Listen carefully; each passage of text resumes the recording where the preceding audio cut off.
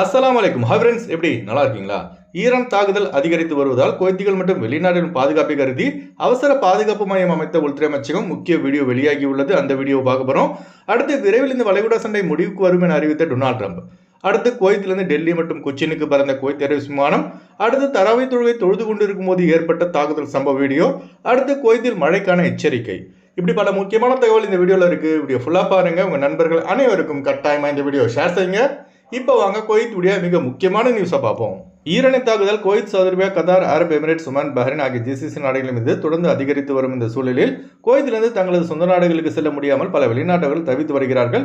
Kuwait airport மூடப்பட்டுள்ள காரணத்தினால் எமர்ஜென்சியாக India, இலங்கை செல்பவர்கள் Saudi அரேபியாவின் விசா பெற்றுக்கொண்டு ரியாத், தமாம், கசிமா ஆகிய சவுதி அரேபியாவின் விமான நிலையம் சென்று அங்கிருந்து இந்தியா, இலங்கை செல்கிறார்கள். இதற்கு பார்த்தீங்கன்னா சவுதி அரேபியாவின் விசா, குவைத்திலிருந்து சவுதி அரேபியா செல்வதற்கான வாகன கட்டணம் மற்றும் விமான கட்டணம் ஆகியவை சேர்த்து குறைந்தது 350 குவைத் தினார் முதல் 450 குவைத் தினார் வரை செலவாகிறது. இவ்வளவு பெரிய அமௌண்ட்டை கொடுத்து சாதாரணமாக 150 முதல் 250 குவைத் தினார் வரை சம்பளம் வாங்கக்கூடியவர்கள் செல்ல முடியாத காரணத்தினால் குவைத்தில் உள்ள இந்தியன் எம்பசி ஜெசிரா ஏர்வேஸுடன் பேச்சுவார்த்தையில் ஈடுபட்டு வருகிறது. இந்த பேச்சுவார்த்தையானது வெற்றிகரமாக முடிவடையும் பட்சத்தில் ஜெசிரா ஏர்வேஸ் விமானம் மூலம் குறைந்த அளவில் தொகையை செலுத்தி இந்தியாவுக்கு பயணிக்க முடியும். அதுபோல் நம்ம சப்ஸ்கிரைபர் சில பேர் பார்த்தீங்கன்னா ஒரு டவுட் கேட்குறாங்க, ப்ரோ குவைத் ஏர்போர்ட் க்ளோஸ்ல இருக்குன்னு சொல்றீங்க, ஆனால் குவைத் ஏர்வேஸ் விமானங்கள் குவைத்திலிருந்து புறப்படுவதை நாங்கள் பார்த்திருக்கோம்னு கேட்டிருக்காங்க.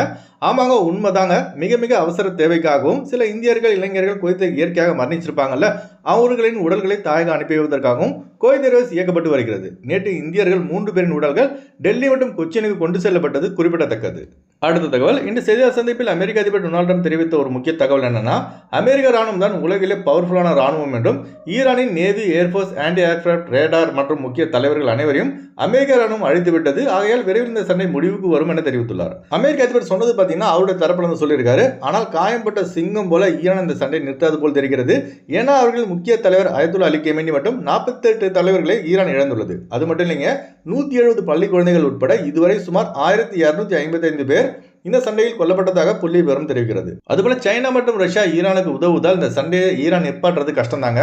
11 நாட்களுக்கு மேலாக நடந்து வரும் இந்த வளைகுடா சண்டையில் குவைத்தில் 6 பேர், பஹ்ரைன்ல 2 பேரும், அரபு எமிரேட்ஸ்ல 6 பேரும், ஒமான்ல 1 பேரும், சவுதி அரேபியாவில் 2 பேரும், பஹ்ரைன்ல 2 பேரும், லெபனான்ல 570 பேரும், இஸ்ரேல்ல 13 பேரும், ஈராக்ல 15 பேரும் உயிரிழந்துள்ளதாக புள்ளி விவரம் தெரிவிக்கிறது. அதுபோல ஈரானின் தாக்குதல் பஹ்ரைனில் உள்ள பள்ளிவாசல் அருகே நிகழ்ந்த சம்பவத்தால் பள்ளியில் தராவை தொழுது கொண்டிருந்தவர்கள் எந்தவித பதற்றமும் இல்லாமல் தொழுகையில் ஈடுபட்டு கொண்டிருந்த வீடியோ தற்போது வெளியாகியுள்ளது. இப்போ நீங்க ஸ்கிரீன்ல பாக்குறீங்களா, இந்த வீடியோ தாங்க அது.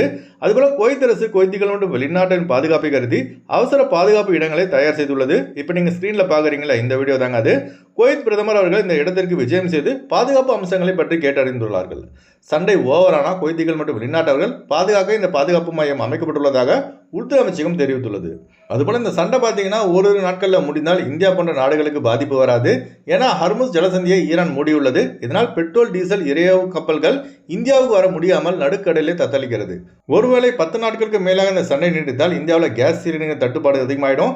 இப்போவே பார்த்தீங்கன்னா விறகு அடுப்பு விற்பனை நம்ம தமிழ்நாட்டில் சூடுபிடித்துள்ளது. கேஸ் சிலிண்டருக்கு பதில் விறகு அடுப்புக்கு நாம மாற வேண்டியதாக இருக்கும். இந்த சண்டையின் முடிவு தான் இதனை தீர்மானிக்கும். அதுபோல இன்டர்நேஷனல் செக்யூரிட்டி கவுன்சில் உடனடியாக Bahrain, Kuwait, Saudi Arabia, Oman, Qatar, Arab Emirates ஆகிய நாடுகளின் மீது ஈரான் நடத்தும் அட்டாக்கை நிறுத்துமாறு ஈரானுக்கு அழுத்தம் கொடுத்துள்ளது. விரைவில் இந்த வளைகுடா சண்டை முடிவுக்கு வர பிரார்த்தனை செய்யுங்க. அதுபோல இப்போ அமெரிக்காவில் உள்ள வாஷிங்டன் நேஷனல் மாலுக்கு அருகே டொனால்ட் ட்ரம்ப் மற்றும் எப்ஸ்டின் சிலை வைக்கப்பட்டுள்ளது. இப்போ உலகம் முழுவதும் பேசும் பொருளாக மாறியுள்ளது. டைட்டானிக் படத்தில் வர ஜாக் மற்றும் ரோசின் ஸ்டீல் போல இந்த சிலையை வடிவமைத்துள்ளார்கள். இப்போ நீங்க ஸ்கிரீன்ல பாக்குறீங்களா, இந்த வீடியோ தாங்க அது. இப்போ டொனால்ட் ட்ரம்புக்கு அமெரிக்காவில் எதிர்ப்பு அதிகமாக கிளம்பி வருவது குறிப்பிடத்தக்கது. அடுத்த தகவல், குவைத்தில் பலத்த காற்றுடன் மழை பெய்ய வாய்ப்புள்ளதாகவும் சனிக்கிழமை வரை மழை தொடரும் என குவைத்துடைய மெட்ரோலஜிக்கல் டிபார்ட்மெண்ட் எச்சரித்துள்ளது. அதனால வாகன ஓட்டுநர்கள் அதிக எச்சரிக்கையாக வாகனம் ஓட்டுங்க. அடுத்து வாங்க குவைத்துடைய தினார் ரேட் பார்ப்போம். ஒரு தினார் குவைத் இந்தியாவின் மதிப்பு 298 ரூபாயாக உள்ளது. ஒரு தினார் குவைத் இலங்கையின் மதிப்பு 1000 ரூபாயாக உள்ளது. இப்போ நான் சொன்னது குவைத்துடைய அல்முலா ரேட்டுங்க. அடுத்து குவைத்துடைய கோல்ட் ரேட் பார்ப்போம். 1 கிராம் 24 கேரட் தங்கத்தின் விலை 51 தினார் 665 பில்ஸாக உள்ளது. 1 கிராம் 22 கேரட் தங்கத்தின் விலை 47 தினார் 377 பில்ஸாக உள்ளது. ஓகே ஃப்ரெண்ட்ஸ், இந்த வீடியோ ஷேர் செய்யுங்க. இந்த வீடியோ சம்பந்தமா நீங்க என்ன நினைக்கிறீங்க என்பதை மறக்காம கமெண்ட்ஸ்ல பதிவு செய்யுங்க. எப்போதும் இணைந்திருப்போம். உங்களின் ஒருவன் ஜியாவுதீன். அஸ்ஸலாமு அலைக்கும்.